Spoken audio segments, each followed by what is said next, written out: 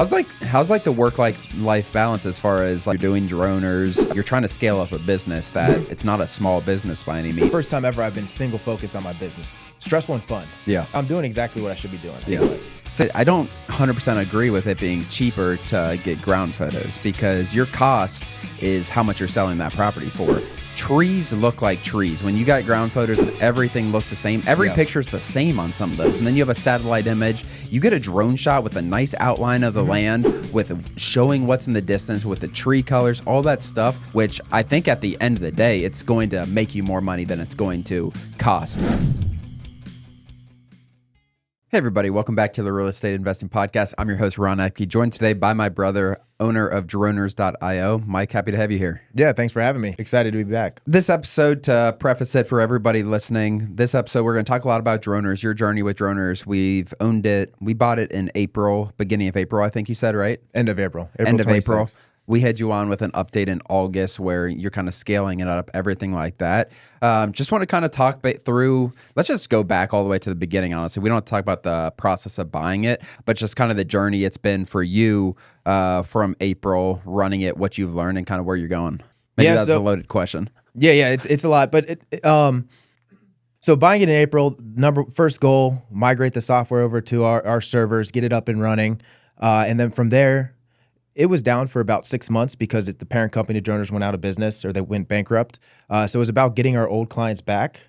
So that was the whole mission. The first 2 to 3 months, the whole mission was getting our clients back. And the second thing is improving the product and then bringing in new clients. So we're spending more money on marketing, paid ads than the business ever has before. So we're investing a lot of that. So it's improving the product for our current clients and improving the product so we can retain more new clients coming in, so we can get the most bang for a buck for the marketing. Yeah, and talking about the clients, like we obviously use it for land pictures. Like it's huge for selling land fast. It's so big. Talk about like who are your biggest clients that you guys have right now, not specifics as far as industries. What industries are using drone pilots?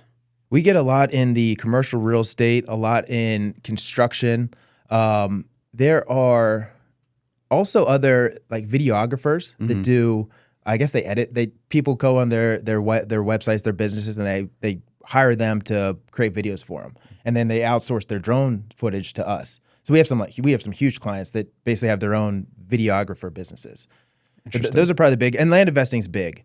What we see with land investing, it's more a volume of clients. We have tons of land investing. There's not as much. They don't do as much business as say like a huge commercial real estate company, but we have a lot of land investors, and that's why we bought Droners, is because we used it for land investing so frequently. I think you guys have over 100 jobs done on Droners, and we used it so frequently. And then when it went out of business, it was a big hole in the market. It was much harder to hire a drone pilot. Yeah, I think like you always look for gaps in markets, and like when something turns off and like it is that big of an issue, like we couldn't find an alternative for months. Like we couldn't, and like I told you, like look into Droners, see what's actually going on. And I know that was a whole process. We don't have to talk about all that because we did. If you guys haven't watched August one, watch that with Mike because he talked all about the story about actually buying it. I know, Mike, we talked, you do land investing. We'll talk about that in another episode, but I know before we bought Droners, you were talking about like you wanted to buy a business. You're reading books on buying a business. Talk about like the mindset that I know Droners kind of just came up, but it wasn't like you weren't looking for it. Like if you weren't looking for something, this probably wouldn't have come up. But like, what were you looking for in terms of buying a business? I've always had a desire to be an entrepreneur and a business owner, and something about acquisition entrepreneurship really attracted me. Where you take a business, you're past that early stage of growth, and you have a client base, you have things that are working, and then you have the opportunity to come in so you can take what's working, and then you can see from an unbiased view what's not working, and then you can start fixing those things. And I think that's exactly what we've done with Droners. Like we've taken the good, we have this big drone, a lot of the software is very good, we have this big drone pilot network, and then we're taking that and just blasting it off. And that's really what I really liked. Yeah, because I liked it because you could start right away with a working business and then just start improving it immediately.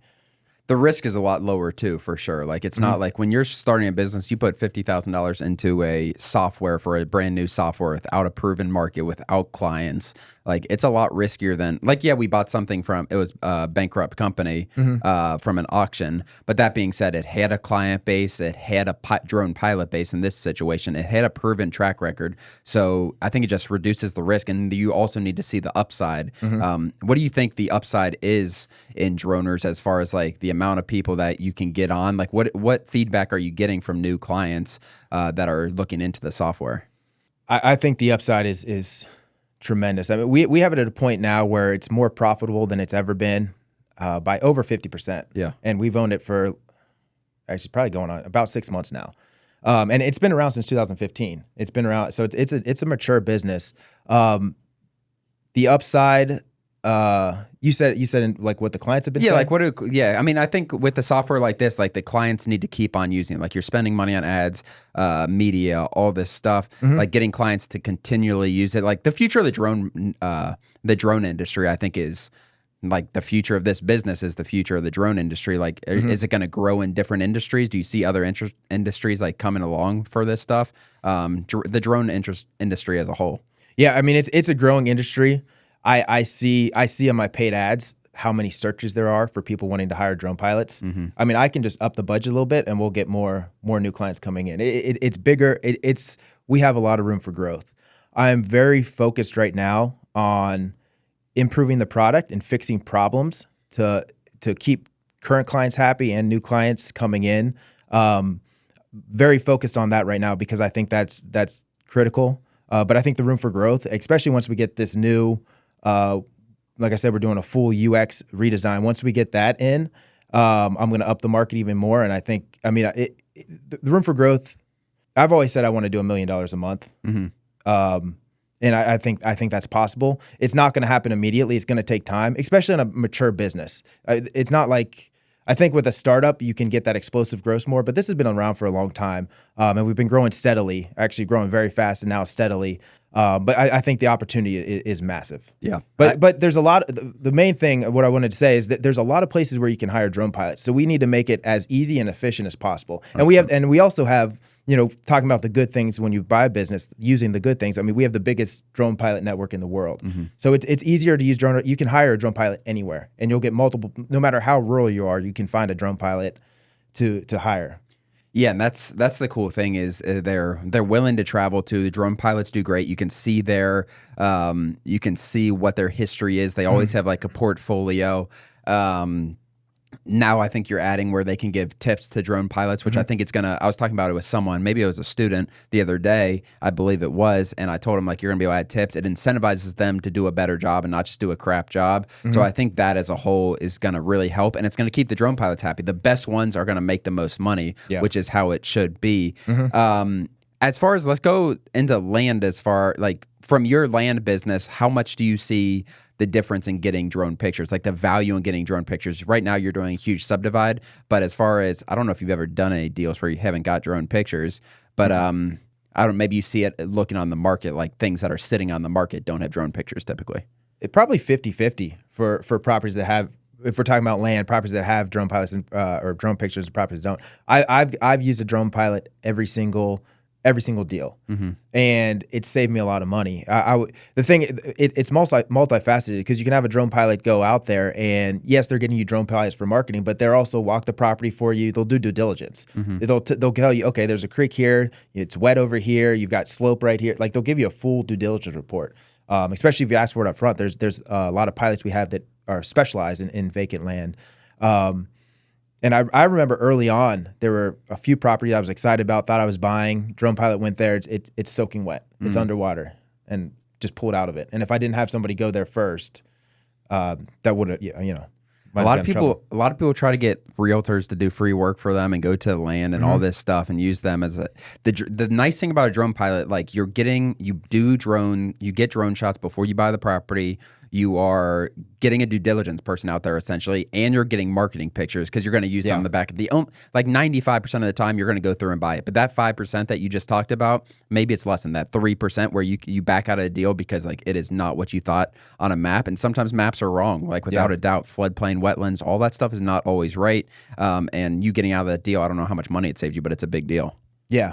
I don't remember either. It was 3 years ago. I've been doing this for a decent amount of time. I remember it was one of my early deals though that I was excited about and I had to pull out of. How's like the work-life balance as far as like since you're doing land, you're doing droners, you have a family, everything like that. Like how's that been as you're trying to scale up a business that it's not a small business by any means, and you're trying to, I know you have bigger goals and visions with it.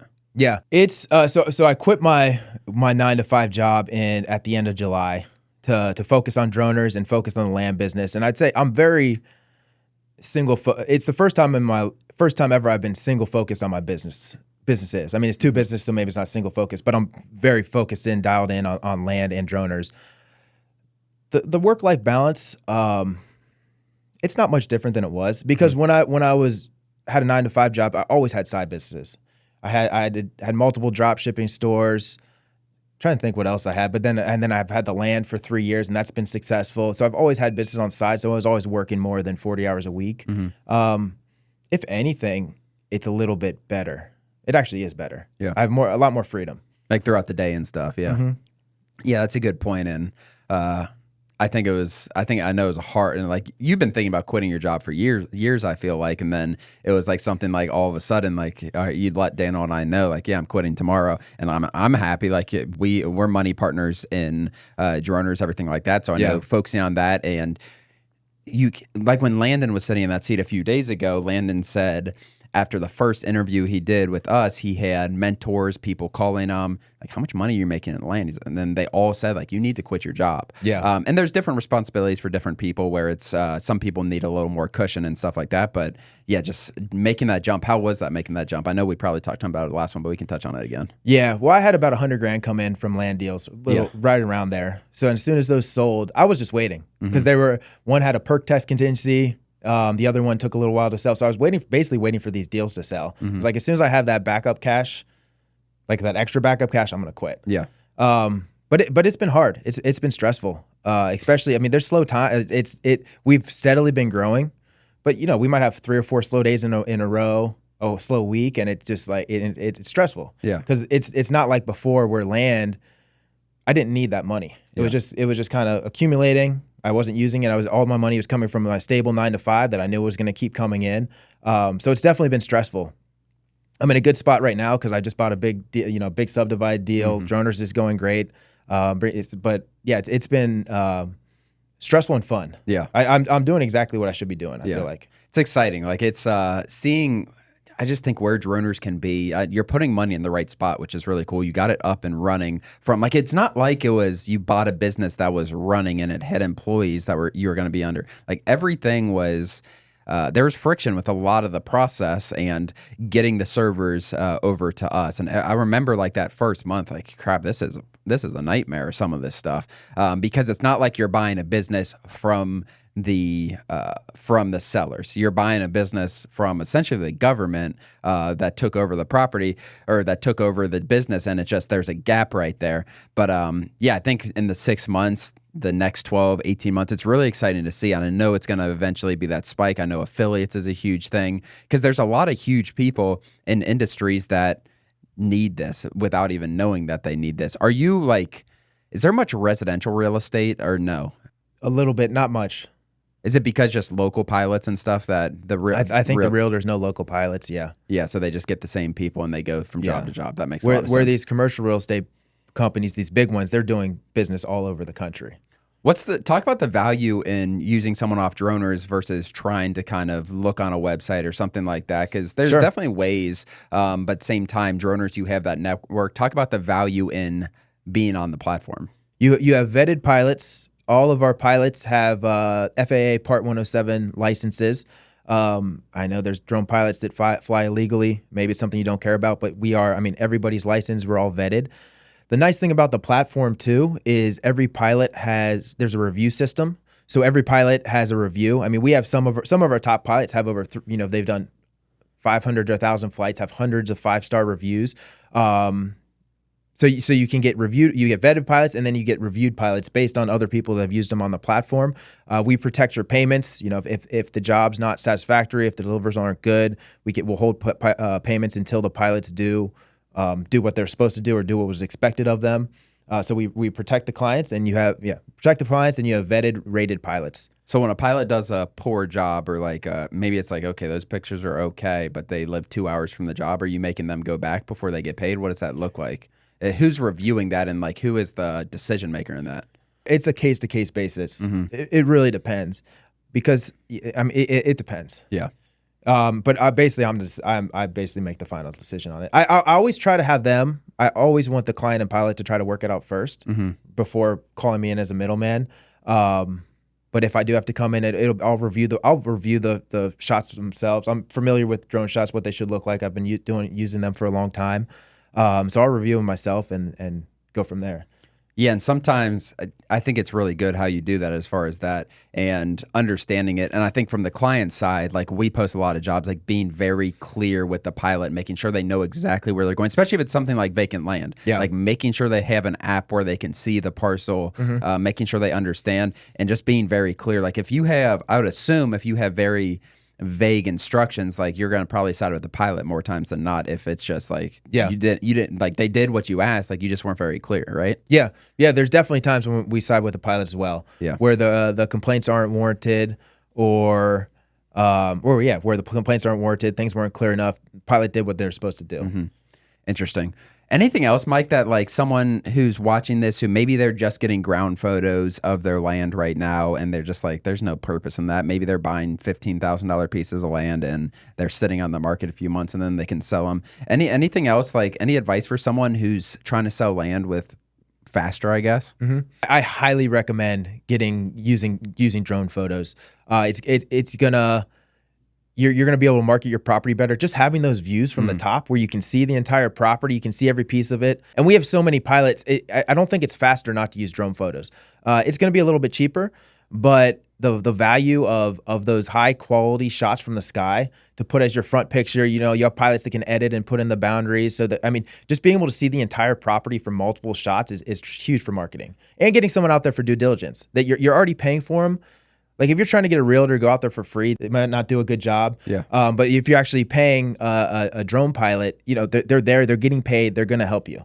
And cheaper is relative, guys. Like I don't 100% agree with it being cheaper to get ground photos, because your cost is how much you're selling that property for. And 100%. I bought a house last year. I bought a house probably, I don't know, 10, 15% under what it should have sold for, because the picture sucked, because like just the design sucked, and like getting trees look like trees. When you got ground photos and everything looks the same, every picture's the same on some of those. And then you have a satellite image, you get a drone shot with a nice outline of the land, with showing what's in the distance, with the tree colors, all that stuff from the top, and it can give a buyer their perspective. You're going to get more buyers out to your land, which is going to be more competitive, which I think at the end of the day, it's going to make you more money than it's going to cost. It's more cost up front, but overall, you're going to make more money in your business without a doubt, I think. Yeah, for sure. And half the ground shots, you don't even know where it is in the land. It's just like a picture of some trees, maybe a little trail, and it's, for sure. You should get some data, I think. Get some data, have a VA, hire a VA off Upwork or something to get some data and just go through. I don't know if we can, I know Zillow's kind of weird with not showing the whole marketing, but if you can find somewhere that shows like all the marketing and like just get days on market. Properties that are marketed with drone pictures versus not. I bet the days on market will be, I bet it'll be double, honestly. Yeah. There's other things that go into it, but I'd be very curious, and be a good marketing thing for you, like sell your land in half the amount of time, sell your real estate in half the amount of time. Yeah. But Mike, I appreciate you coming on and talking about droners. If you guys are interested in using droners.io, we'll put the link in the description. If you guys are watching on YouTube, hit the subscribe button below, like this video, leave us a comment, let Mike know what you think about software, if you have any feedback, anything like that. If you're listening on Spotify or Apple, leave us a review, share it with a friend, put it on your Instagram story. Thanks so much. We'll see you next time. As always, thank you for joining. Please do us a huge favor and like and subscribe our YouTube channel and share this with a friend. It really means the world to Ron and I, but more importantly, it could help change the life of someone else. Thanks for joining, and we'll see you next episode.